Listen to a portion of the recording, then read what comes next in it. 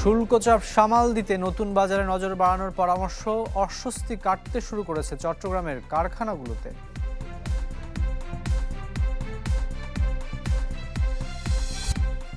দীর্ঘ 10 মাস পর আবারও 5,500-এর উপরে ডিএসসি সূচক, লেনদেন 1137 কোটি টাকা। ইতিবাচক ধারায় সিএসইও। সপ্তাহের ব্যবধানে আবারও উত্তপ্ত কাঁচা পণ্যের বাজার, যোগান সংকটের অজুহাত বিক্রেতাদের, ডিমের দামে অস্বস্তি।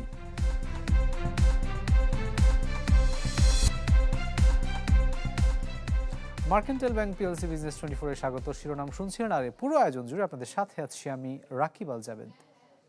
ভিগো ওয়্যার গার্ড প্রয়োজন মতো বাঁকানো যায়, অধিক চাপেও ভাঙে না। ভিগো। বহু দর কষাকষির পর বাংলাদেশি পণ্যে যুক্তরাষ্ট্রের আরোপ করা নতুন শুল্ক হার ঠেকেছে 20%। তবে এখনই স্বস্তিতে ভুগতে চান না ব্যবসায়ীরা। বলছেন, পণ্য নিয়ে দেন দরবারের সক্ষমতা অর্জনের লক্ষ্যে উন্নয়ন করতে হবে ব্যবসার পরিবেশ, যেখানে অর্থনীতিবিদদের পরামর্শ পণ্যের গুণগত মান আর বৈচিত্র্যকরণের মাধ্যমে ধরতে হবে লাতিন আমেরিকা ও মধ্যপ্রাচ্যের দেশগুলো সহ নতুন বাজার। দফায় দফায় বৈঠক আর বহু দর কষাকষির পর বাংলাদেশের ওপর থিতু হয় যুক্তরাষ্ট্রের 20% নতুন শুল্ক। মাস তিনেক স্নায়ুচাপের পর যাতে স্বস্তি মিলে খানিকটা, তবে বাড়তি শুল্কের ধকল কাটাতে জোরেশোরে আলোচনায় উঠে আসে নতুন বাজারের গুরুত্ব। তৈরি পোশাকের ক্ষেত্রে বাংলাদেশের রপ্তানির সবচেয়ে বড় গন্তব্য যুক্তরাষ্ট্র, আর অন্য সব পণ্য মিলিয়ে যেখানে সবশেষ অর্থ বছরে রপ্তানির পরিমাণ প্রায় $900 কোটি। এই অবস্থায় চিন্তিত না হয়ে দর কষাকষি চালু রাখার পক্ষে মত ব্যবসায়ী নেতাদের, যেখানে দেশটির বাণিজ্য প্রতিনিধির কার্যালয় ইউএসটিআর এর পর্যবেক্ষণ অনুযায়ী জোর পদক্ষেপ নিতে হবে দেশের ব্যবসার পরিবেশ উন্নয়নে। সামনে নেগোসিয়েশনের দরজাটা খোলা আছে কিনা এটা ইউএসটিআর আমাদেরকে এখন পর্যন্ত অ্যাটলিস্ট আমরা জানি না। যারা আমাদের টিম যারা নেগোশিয়েট করেছেন ওনারা হয়তো বলতে পারবেন যে না, আমাদের দরজা এখন খোলা আছে, আরও কিছু করা যায়। যেটা একটা সমস্যা হচ্ছে সেটা হচ্ছে এখন শুধু আমাদের গার্মেন্ট এক্সপোর্ট, অন্যান্য এক্সপোর্ট শুধু কম্পিটিটিভ হলে হবে না, প্রতিযোগী হলে হবে না, আমাদেরকে একটা ভালো ট্রেড ডিল করতে হবে আমেরিকার সাথে। তাদের দেশের র মেটেরিয়াল দ্বারা তৈরি পণ্য রপ্তানির ক্ষেত্রে আমরা ডিউটি ফ্রি অ্যাক্সেস যদি পেয়ে যাই, তাহলে বাংলাদেশের রপ্তানিটা অনেক গুণ বেড়ে যাবে এবং বিশেষ করে নিটওয়্যারের রপ্তানির ক্ষেত্রে একটা বিশাল সুযোগ তৈরি হবে। আমরা এই নেগোসিয়েশনটা যদি সফলভাবে করতে পারি, তাহলে আমাদের জন্য অবারিত একটা সুযোগ তৈরি হবে। প্রতিযোগিতামূলক বিশ্ব বাণিজ্যে সামনের দিনে চাপ কমাতে যুক্তরাষ্ট্রের সাথে বাণিজ্য চুক্তিরও গুরুত্ব উঠে আসে সমসাময়িক পরিস্থিতিতে। এছাড়া ইউরোপ ও আমেরিকার বাজারের উপর নির্ভরতা কমিয়ে নজর দিতে হবে নতুন বাজারে। জাতীয় রাজস্ব বোর্ডের তথ্য বলছে, জাপান, অস্ট্রেলিয়া, লাতিন আমেরিকা, মধ্যপ্রাচ্যের দেশগুলোতে বাংলাদেশের রপ্তানির পরিমাণ বছর ব্যবধানে বাড়লেও সেটি দেশগুলোর মোট আমদানির 1%ও নয়। তাই পণ্যের বৈচিত্র্যকরণ আর গুণগত মান বাড়ালে আয়ত্তে আসবে পূর্ব এশিয়ার দেশগুলোর বাজারও। একক বাজার আমরা নির্ভরশীল আমেরিকার উপর, it is true, but at the same time এটা চলুক। এটা যেটা আছে আমি নির্ভরতা কমানোর দরকার নেই। আমরা কিন্তু বিকল্প বাজার অলরেডি অনুসন্ধানে নেমেছি এবং বিকল্প বাজার খুব ওয়ান্ডারফুলি রেসপন্ড করছে। যেমন অস্ট্রেলিয়া, জাপান, আমরা ব্রাজিল, হ্যাঁ, এই দেশগুলো, স্পেশালি আরব এমিরেটস এবং সৌদি আরবিয়া, এখানে কিন্তু আমাদের চমৎকার প্রবৃদ্ধি হয়েছে। বিকল্প বাজারটির চাহিদাটা একটু পরেই আমরা অনুভব করব। পণ্য বহুমুখীকরণের, যেখানে অভ্যন্তরীণ ভ্যালু এডিশন বাড়ানোর দরকার আছে, বাজার বহুমুখীকরণের, যেখানে মার্কিন বাজারের বাইরে অন্য বাজারগুলোতে যাওয়া, এবং বিনিয়োগ বহুমুখীকরণের, যেটাতে দেশীয় উদ্যোক্তার পাশাপাশি বিদেশি উদ্যোক্তাদেরও বিনিয়োগের একটা সুযোগে তৈরি হবে বলে আমাদের কাছে মনে হচ্ছে। অর্থনীতিবিদদের পরামর্শ, চীনের বাজার থেকে সরে যাওয়া ক্রয়াদেশ ধরারও ইনভেস্টমেন্ট রিলোকেট হবে, সেই সুবিধাগুলো বিভিন্ন দেশে ছড়িয়ে যাবে। তো গার্মেন্টসের যে ক্যাপাসিটির বিবেচনায় তার একটা অংশ বাংলাদেশেও আসবে। রাকিব আল জাবেদ, চ্যানেল 24, ঢাকা। এদিকে যুক্তরাষ্ট্রের আরোপ করা শুল্ক হার চূড়ান্ত হওয়ার পরপরই অস্বস্তি কাটতে শুরু করেছে চট্টগ্রামের পোশাক কারখানাগুলোতে। নতুন অর্ডার নিয়ে হাজির হচ্ছেন বিদেশি ক্রেতারাও। তবে শুল্কের বিস্তারিত না জানায় পুরোপুরি শঙ্কা কাটছে না মালিকদের। দুশ্চিন্তা পণ্যের দাম কমা সহ অভ্যন্তরীণ সংকটেরও। বিস্তারিত জানাচ্ছেন ফখরুল ইসলাম। চট্টগ্রাম নগরের ইউনি গার্মেন্ট কারখানার শনিবারের চিত্র, যেখানে পণ্য যাচাইয়ে ব্যস্ত বিদেশি ক্রেতা। মূলত যুক্তরাষ্ট্রের ট্যারিফ 20% চূড়ান্ত হওয়ার পরই ক্রয় আদেশ দিতে প্রতিষ্ঠানটিতে যান তারা। বিদেশি ক্রেতাদের এমন উপস্থিতি দেখা গেছে বন্দরনগরীর আরও কয়েকটি কারখানায়। এই যেমন ইন্ডিপেন্ডেন্ট অ্যাপারেল, যেখানে কথা হয় এক ক্রেতার সাথে, যারা কিছুদিন ধরেই অপেক্ষা করছিলেন সন্তোষজনক একটি খবরের জন্য। উদ্যোক্তারা বলছেন, চীনে উৎপাদন ব্যয় বেশির সাথে যুক্তরাষ্ট্রের বাজারে দেশটির জন্য উচ্চ শুল্ক থাকায় খরচ কমাতে অর্ডার আসছে এখানে। তবে ট্যারিফের চাপ সামলাতে সহায়তার অনুরোধ ক্রেতাদের। ব্যবসা টিকিয়ে রাখতে ইতিবাচক সাড়াও দিচ্ছেন কারখানা মালিকরা। I feel happy in here, and because I already came here Bangladesh many times, so here it is my second home. The production quality is good, yes, and we will continue the business long time in here. এখন প্রশ্ন হলো যে এই 20% যেটা বাড়তি হলো সেটা কিভাবে অ্যাডজাস্টমেন্ট হবে। সেই অ্যাডজাস্টমেন্টটা বায়েরা হয়তো আমাদের কিছু সহযোগিতা চাইবে, আমরা হয়তো অল্প স্বল্প কিছু সহযোগিতা করতে পারবো, বাকিটা বায়েরা অন্যভাবে যে কোনোভাবে ম্যানেজ করে এই ব্যবসা বন্ধ হবে, হয়তো কোয়ান্টিটি কমে যেতে পারে, হয়তো বা অন্য কোনোভাবে সেটাকে অ্যাডজাস্টমেন্ট হতে পারে। ক্রয় আদেশ মিলতে শুরু করায় উদ্যোক্তাদের মধ্যে স্বস্তি ফিরলেও শঙ্কা পুরোপুরি কাটেনি। কেননা ট্যারিফ সম্পর্কে এখনও বিস্তারিত তথ্য পাওয়া যায়নি। ফলে এখন অনুরোধ থাকলেও সামনে দাম ছাড়ের মতো চাপ আসে কিনা রয়ে যায় সেই ভয়। আমাদেরকে ওদেরকে বোঝাইতে সক্ষম হতে হবে যে এই এক্সট্রা বার্ডেনটা শুধু আমার জন্য না, ওভারঅল তোমার অন্যান্য কম্পিটিটিভ আমাদের সাথে যেসব কান্ট্রি কম্পিট করছে ওদের উপরেও সেম বার্ডেনটা আছে। So ultimately it must be absorb. প্রস্তাবিত ট্যারিফ 15% কমলেও নিতে হবে নতুন চ্যালেঞ্জ, এই যেমন যুক্তরাষ্ট্র নির্ভরতা কমানো এবং নতুন নতুন গন্তব্য তৈরি করা। তবে এসব সংকট কাটলেও বন্দর কাস্টমসের মতো অভ্যন্তরীণ সীমাবদ্ধতা দূর না হলে মিলবে না পুরোপুরি সুফল। টোটাল সাপ্লাই চেনে আপনি যে বন্দরে আসা, আমার ফ্যাক্টরিতে আসা এবং আমার ফ্যাক্টরি থেকে বন্দরে যাওয়া, আমরা বলছি আপনি সিঙ্গাপুর হতে হবে না, আপনি আমাকে কম্পেয়ার করে দেন অথবা ওর কাছাকাছি নিয়ে ভিয়েতনামের কাছাকাছি নিয়ে যান। যে এফিসিয়েন্সি আছে, আপনি এফিসিয়েন্সি ভিয়েতনামের কাছাকাছি নেন, will be fine with it. তো আমরা তুলে ধরতে পারি, but appropriate NBR has to really look into it. চট্টগ্রামে যে 300-র মতো কারখানা চালু আছে তার প্রায় 100 পুরোপুরি যুক্তরাষ্ট্রের বাজার নির্ভর। অর্ধেকের বেশি পণ্যই যায় দেশটিতে। ফখরুল ইসলাম, চ্যানেল 24, চট্টগ্রাম। অর্থবছরের প্রথম মাস জুলাই 29% বেড়েছে রেমিটেন্স আয়। এই সময় প্রবাসীরা দেশে পাঠান প্রায় $248 কোটি। আর আগের বছরের জুলাই এই অঙ্ক ছিল $191 কোটি, খানিকটা বেশি।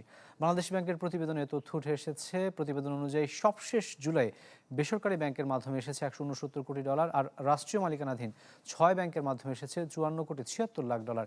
এছাড়া বিশেষায়িত ব্যাংকগুলো এনেছে $23 কোটি। বরাবরের মতোই এককভাবে সবচেয়ে বেশি $53 কোটি 37 লাখ এসেছে ইসলামী ব্যাংকের মাধ্যমে। এদিকে সামান্য কমে বৈদেশিক মুদ্রার রিজার্ভ আবারও নেমেছে $30 বিলিয়ন নিচে BPM 6 অনুযায়ী, যা 24.77 বিলিয়ন।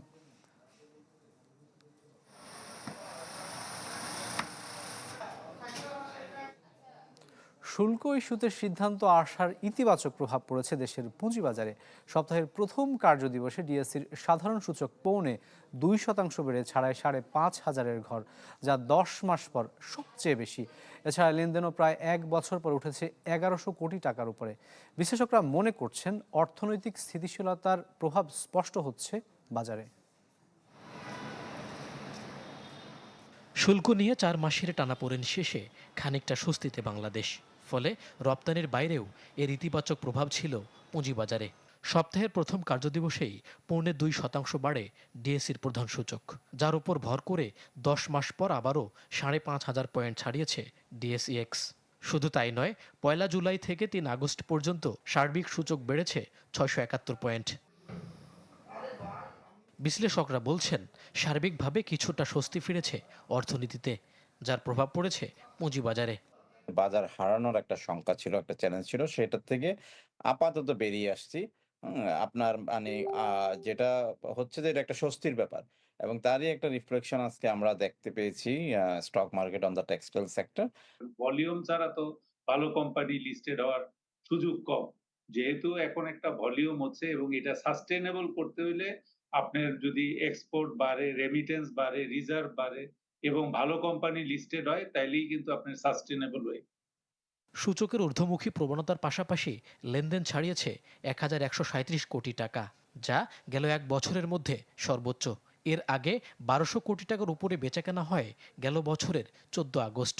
এদিন 30 কোম্পানির সমন্বয়ে গঠিত ডিএসসি 30 সূচকেও বেড়েছে 36 point.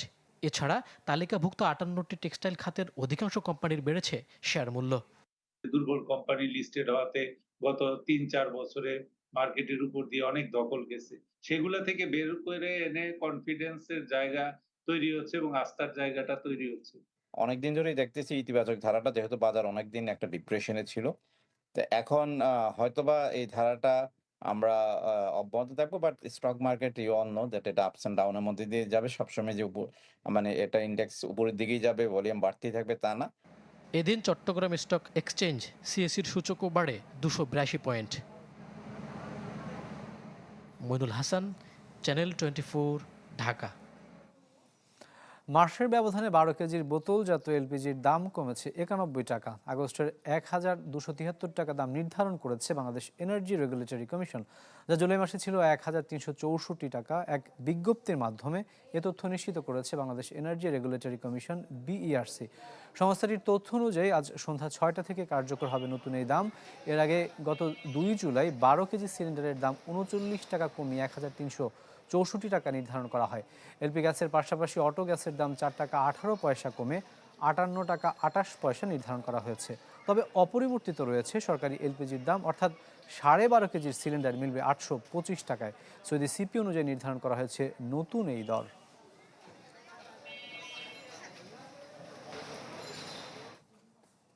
Mercantile bank PLC business 24 এর সময় হলো একটা বিরতির, ফিরছে একটু পরেই। বিরতির পর আবারও স্বাগত মার্কেন্টাইল ব্যাংক পিএলসি বিজনেস 24-এ। মাত্র এক সপ্তাহের ব্যবধানে বড় অস্বস্তি শুরু হয়েছে নিত্য পণ্যের বাজারে। বেশিরভাগ সবজির দাম বেড়েছে কেজিতে অন্তত 20 টাকা পর্যন্ত। স্বস্তি নেই মুরগি, মাছ কিংবা চালের বাজারেও, যেখানে বিক্রেতাদের দায়সরা জবাব যোগান সংকট পণ্যের। সবজি ও মশলা জাতীয় পণ্যে ভরপুরে গত জুনে নিম্নমুখী ছিল মূল্যস্ফীতির হার, তবে আবার বাড়ছে নিত্য পণ্যের দাম। গেল এক সপ্তাহের ব্যবধানে প্রতি কেজিতে 20 টাকা পর্যন্ত বেড়েছে বেশিরভাগ সবজির দর, যা বিক্রি হচ্ছে 60 থেকে 80 টাকায়। কাঁচা মরিচের দাম কেজিতে 200 টাকা। বীজকান দিয়ে একটু কম ছিল, এখন অনেক দাম। এখন তো সবজি কিনাই এই আগের দামে চলে গেছে। কম দামের বাজারে করা যায়, ভালো খাওয়া যায়। দাম যদি বেশি হয় তো সমস্যা হবে। অস্বস্তির পারদ পেঁয়াজেও। 2 দিন আগে যা ছিল 55 থেকে 60 টাকা, এখন যা বিক্রি হচ্ছে 70 টাকা পর্যন্ত। আর 50 টাকা বেড়ে আদার দর ছাড়িয়েছে 200 টাকা। মালের আমদানি কমে যায়, বাইরে যায়, আবার যখন আমদানি বাইরে যায় দাম কমে যায়।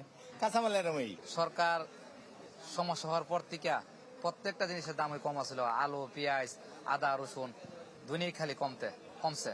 কিন্তু এখন আদা কয়েকদিন, এক সপ্তাহ ধরে পেঁয়াজের দাম বেশি, দেশি পেঁয়াজের দাম বেশি, আলুর দাম ঠিকই আছে। 1 কেজি আদার মিলে 50 থেকে 60 টাকা বাড়ছে এক সপ্তাহের ব্যবধানে। 1 কেজি পেঁয়াজের মিলে বাড়ছে আপনার 15 থেকে 16 টাকা বাড়ছে। আমিষেও নেই স্বস্তি। 120 টাকা ডজনের ডিমের দাম এখন 140 টাকা। আর দাম বেড়ে ব্রয়লার মুরগি বিক্রি হচ্ছে 170 টাকায়, যেখানে সোনালী মুরগি 330 টাকা। স্বল্প আয়ের মানুষের জন্য স্বপ্ন হয়ে দাঁড়িয়েছে ইলিশ, কেজিতে যার দাম 2700 টাকা পর্যন্ত। বাড়তি অন্যান্য মাছের দামও। বাজার আজকে একটু চড়াই, মানে দাম বেশি একটু আজকে মনে হচ্ছে আর কি। আপনার বেলে মাছ নিলাম 900 টাকা কেজি, আর কাতল মাছ নিলাম এটা হলো 400 টাকা কেজি। এখানে আছে হচ্ছে আপনার 700 গ্রামের মতো সাইজ, 1850। এর চেয়ে বড় গেলে তখন দাম বেশি। দাম তো অবশ্যই বেশি, এটা আমাদের সাধ্যের মধ্যে না, নাগালের বাইরে। রূপসাদা মাছ নিল 1300 টাকা কেজি, মোলা মাছ নিল 500 টাকা কেজি।